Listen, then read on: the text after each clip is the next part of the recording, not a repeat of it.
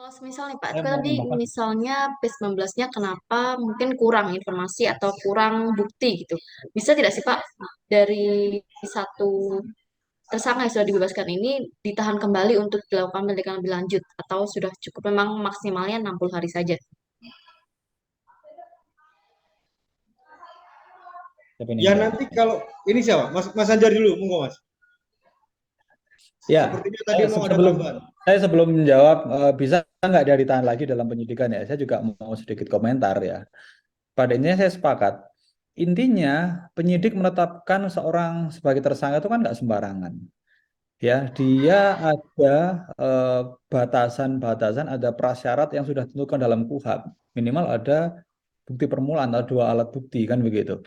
Artinya mereka sudah yakin nih di awal bahwa sudah cukup syarat ya orang ini kemudian statusnya dinaikkan sebagai tersangka dan penyidik sejak awal sudah punya proyeksi kalau sudah tersangka berarti suatu saat orang ini nanti harus bisa disidangkan, dibawa ke pengadilan kan begitu.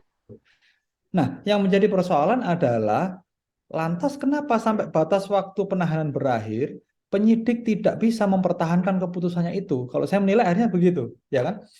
Artinya apa? Kalau dia misalnya bisa mempertahankan keputusannya bahwa saya nggak keliru nih mentersangkakan orang, harusnya bisa selesai juga dong bersamaan dengan 5 tersangka yang lain yang ada satu. Kan begitu. Nah, sekarang kita ngomong lebih teknis lagi tentang peran dari Direktur AHL. Tadi udah disinggung sama Mas Yudi juga. Gini, kalau teman-teman pengen tahu, bisa cek ya di rilis laporannya dari TGIPF, Tim Gabungan Independen Pencari Fakta, atau rilisnya Komnas HAM. Di sana diuraikan ya. Kalau kita ngomong konteksnya kelalaian nih ya, di mana letak kelalaiannya? Yang pertama, Direktur PT LIB itu tidak mengecek kelayakan stadion. Ini kaitannya dengan undang-undang keolahragaan ya. Dia tidak memastikan bagaimana standar keamanan, ya kelaikan stadion untuk menggelar pertandingan dengan skala big match. Itu bukan saya yang bilang TGIPF dan juga Komnas HAM. Yang kedua, ada kesimpulan ya atau ada temuan fakta dari TGIPF dan juga Komnas HAM. Direktur LIB ini kan yang memaksakan pertandingan itu diselenggarakan pada malam hari. Jadi kalau mau saya runtut kembali nih ceritanya. Jadi tadinya Polres Malang atau Kapolres sudah mengirimkan surat kepada panitia pelaksana pertandingan yang pada intinya menyarankan agar pertandingan antara Arema dan juga Persebaya ini dimajukan waktunya, tidak pada malam hari namun pada sore hari. Pertimbangannya apa? Alasannya apa? Alasannya adalah keamanan untuk mempermudah pengamanan yang nantinya akan dilakukan oleh petugas. Jadi gitu. Nah, kemudian surat dari Kapolres ini oleh panitia pelaksana diteruskanlah ke PT LIB selaku operator penyelenggara liga. Nah, LIB tetap bersikeras pertandingan itu dilaksanakan malam hari. Itu yang kemudian oleh Komnas HAM dinyatakan keputusan PT LIB yang bersikeras mengadakan pertandingan di malam hari ini diduga kuat motifnya motif ekonomi. Kita ngomong soal rating nih. Kita soal ngomong siaran televisi ini lebih banyak ditonton orang di malam hari. Sehingga kepentingan atau motif-motif ekonomi tadi mengabaikan keselamatan gitu loh. Keamanan tidak lagi dipertimbangkan. Yang jadi pertimbangan utama justru faktor ekonomi, faktor finansial, faktor cuan nih. Nah, disitulah sebenarnya sudah jelas tergambar di mana letak kelalaian-kelalaian Direktur PT LIB ini, Direktur Utama PT LIB ini. Nah, lantas yang menjadi pertanyaan, kenapa itu tidak bisa diserap begitu dalam penyidikan? Sebenarnya kan sudah jelas nih, di satu sisi penyidik punya keyakinan ada alat bukti yang cukup, di sisi lain fakta-fakta yang sudah terungkap pada publik juga sudah menggambarkan adanya kelalaian dari Direktur PT LIB, tapi pertanyaan besarnya pada akhirnya kenapa kok penyidik tidak bisa merampungkan penyidik. Dan saya komentar lagi tadi soal apakah ini terlalu lama atau cepat ya. Jadi kalau saya apalagi selaku kuasa, kita nggak sedang bicara soal cepat atau lama ya. Cepat tapi tidak sesuai fakta, ya tidak pas penerapan hukumnya juga buat apa gitu.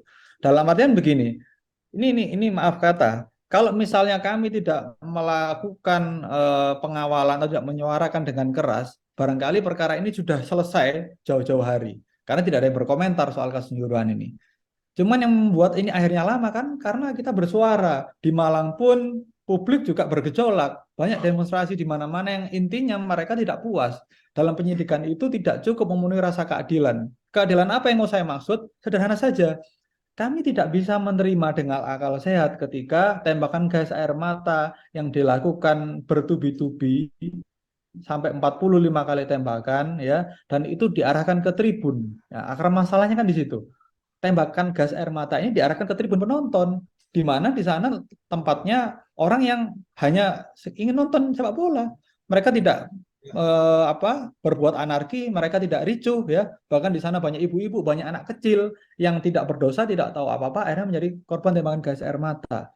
Nah, bagaimana kita bisa katakan tindakan-tindakan itu adalah suatu kelalaian begitu?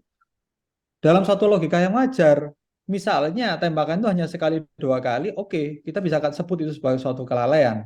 Tapi tembakan ini berpuluh-puluh kali, 40 kali, ya, dan itu diarahkan langsung ke tribun, tidak ada yang mencegah, begitu. Sampai akhirnya turun jatuh korban sebegitu banyaknya. Nah, itu yang kita nggak bisa terima kalau mereka akhirnya hanya disangkakan dengan pasal-pasal kelalaian. Disitulah yang membuat kita berteriak, bersuara.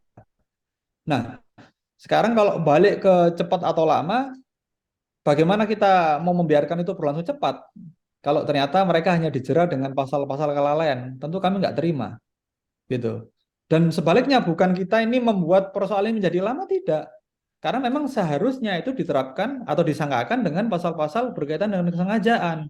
Silakan saja, mungkin pembunuhan, kalau pembunuhan nggak masuk bisa dengan penganiayaan yang mengakibatkan orang luka atau penganiayaan yang mengakibatkan orang mati. Bisa juga di situ ada korban anak-anak di bawah umur, dijerat dengan pasal-pasal kekerasan terhadap anak yang mengakibatkan anak luka atau mengakibatkan anak mati. Itu yang lebih pas menurut kami, gitu loh. Jadi bukan istilahnya apa ya? Kami menghambat penyidikan, tidak juga.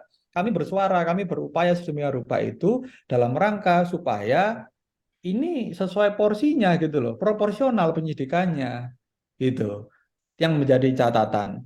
Kemudian yang apa ingin saya sampaikan juga tadi terkait apakah dia masih bisa ditahan begitu ya, Direktur AHL. Kita lihat dulu, kalau konteksnya ini penyidikan seperti yang saya jelaskan tadi, nanti kalau salah silakan dikoreksi ya, kalau saya kan praktisi soalnya, nanti akademisi yang lebih tepat.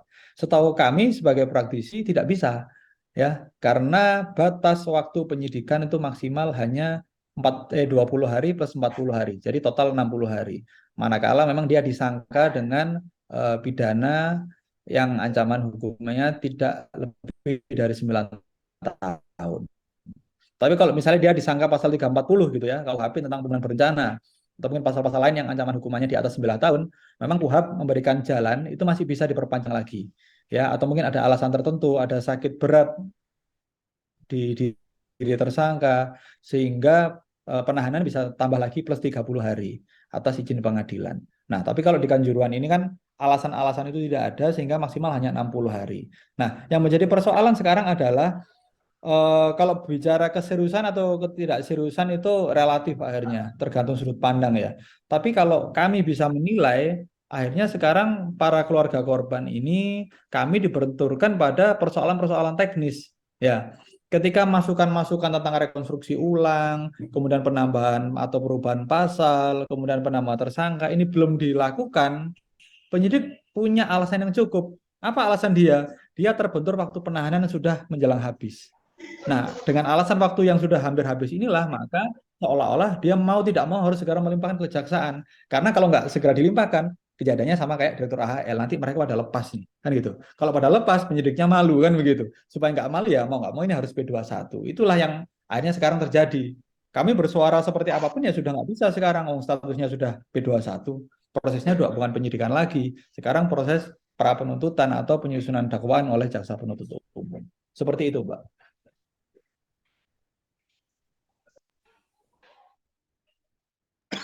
Baik, kalau dari Pak Anjar tadi kan saya garis bawahi bahwa pasal yang ditetapkan itu masih kurang tepat karena masih ada unsur yang menurut Bapak itu ada unsur kesengajaan di situ. Nah, kalau dari menurut Bapak Wahyudi sendiri bagaimana? Apakah pasal yang disematkan ini sudah tepat ataukah sama dengan Bapak Anjar tadi masih kurang tepat, masih perlu penambahan pasal-pasal lainnya? Ya, terima kasih Mbak Afi. Artinya apa? Kalau kita melihat apakah tepat atau tidak tepat, kita harus melihat runtutan persoalan Kanjuruhan ini, mulai dari sertifikasi layak fungsinya stadion. Jadi kalau teknis tentang peristiwa Kanjuruhan kemudian mengakibatkan orang meninggal dunia, 135 orang itu, ada korban MB, terus korban kan tidak hanya yang meninggal dunia saja nih. Orang korban luka-luka, kemudian patah tulang, kemudian matanya, ini juga harus dianggap korban yang sama. Posisinya tidak boleh berbeda dengan korban yang meninggal dunia. Artinya kalau itu hanya sebatas kelalaian, ini kan bagi saya secara pribadi ya, ini menunjukkan bahwa hukum ini belum berpihak kepada korban. Kalau kita melihat bagaimana, ini kalau runtutannya panjang, kalau kita lihat peristiwa di Kanjuruhan kemudian ditembakkannya gas air mata ke tribun, menembak gas air mata ke tribun penonton yang dengan duduk santai menikmati pertandingan, ada anak-anak, ada perempuan di sana, ini menjadi persoalan serius.